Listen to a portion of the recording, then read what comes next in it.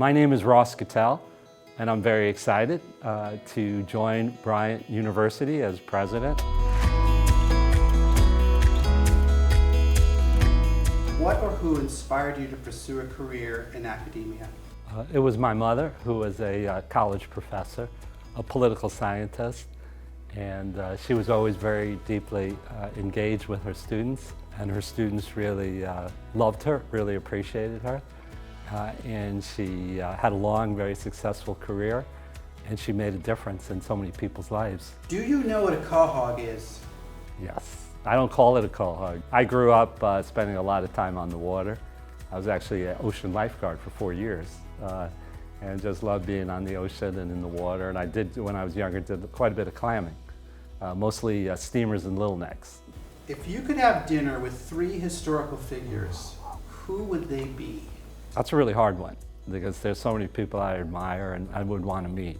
I'd have to start with Franklin Delano Roosevelt, because how he, in very fundamental ways, influenced this nation and affected all of us, even now.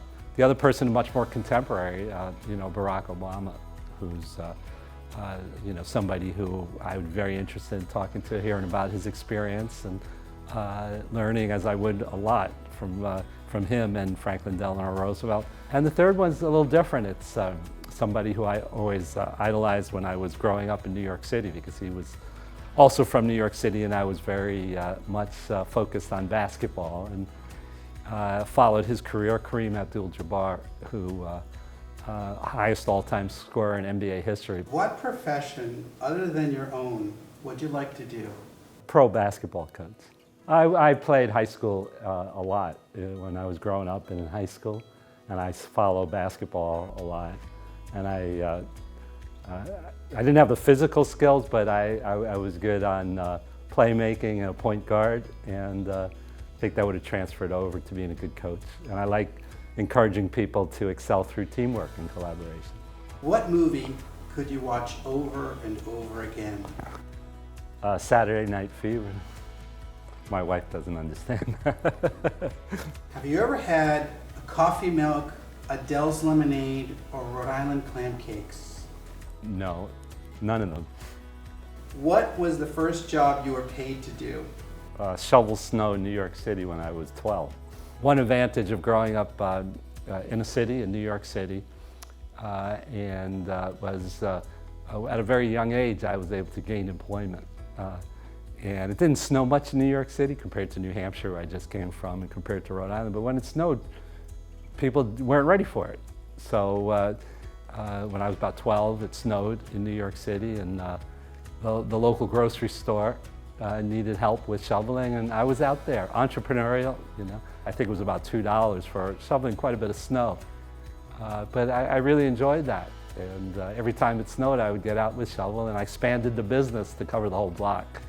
So it was just a fun opportunity, and I like being outside. I got some exercise, and I earned some money. Ocean, lake, or mountains? Ocean. What was the best, most memorable concert or art exhibit you went to? The art exhibit that was really inspiring to me was Ansel Adams, recently at the MFA. What really inspired me is through photography, how much could be revealed and shown, and that people learn about the need to protect our treasured resources in our country. So to use art for people's aesthetic benefit, but also to really make a statement and to have people learn from it and then change their behavior over time.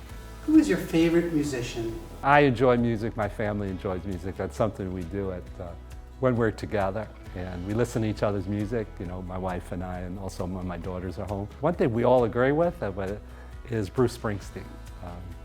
I've seen Bruce maybe 5 times, various stages of my life, including my wife and I got Bruce Springsteen tickets for our wedding. And we went in Worcester, soon after we had gotten married. And we listened to a whole wide range of artists and really enjoy it. But if I had to pick out one, if you're forcing me to do that, it would be Bruce Springsteen. Who will be living with you in the Callahan House?